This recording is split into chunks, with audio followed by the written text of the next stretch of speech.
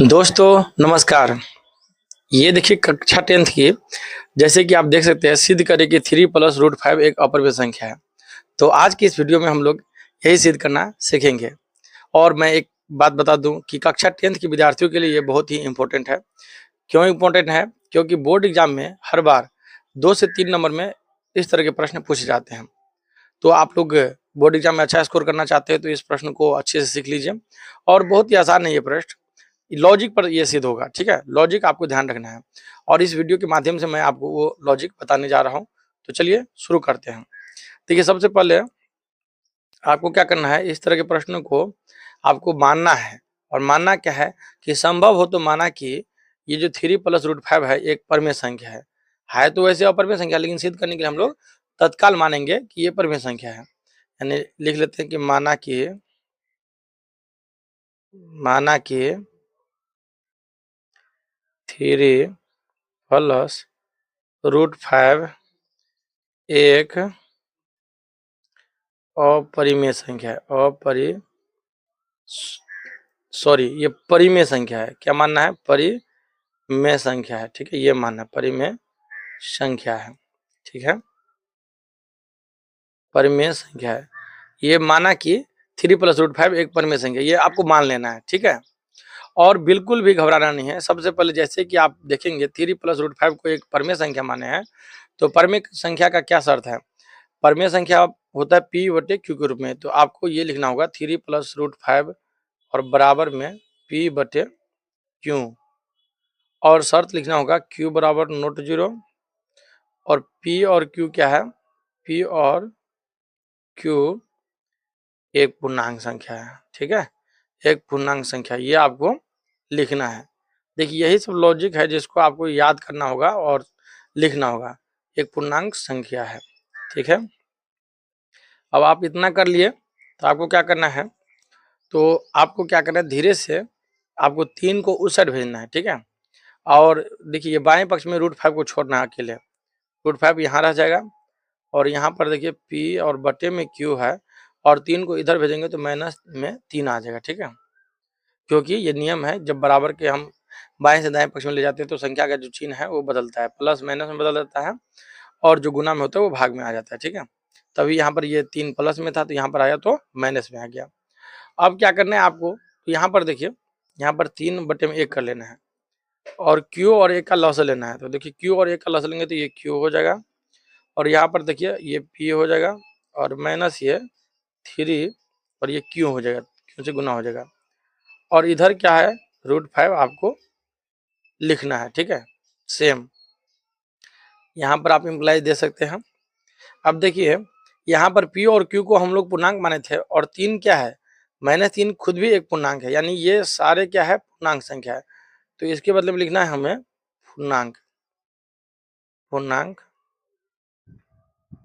संख्या।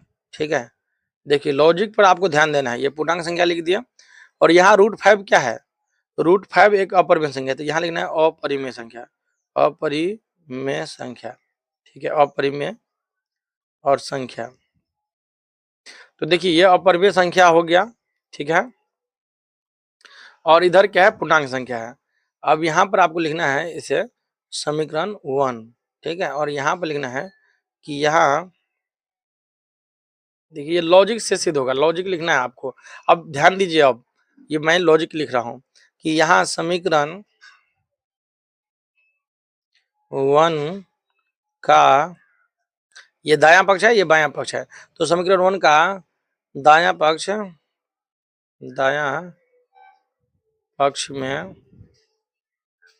में एक पूर्णांक संख्या है, पूर्णांक संख्या है। ठीक है, इतना आप लिख दिया। दाएं पक्ष में तो पूर्णांक संख्या है, लेकिन बायां पक्ष में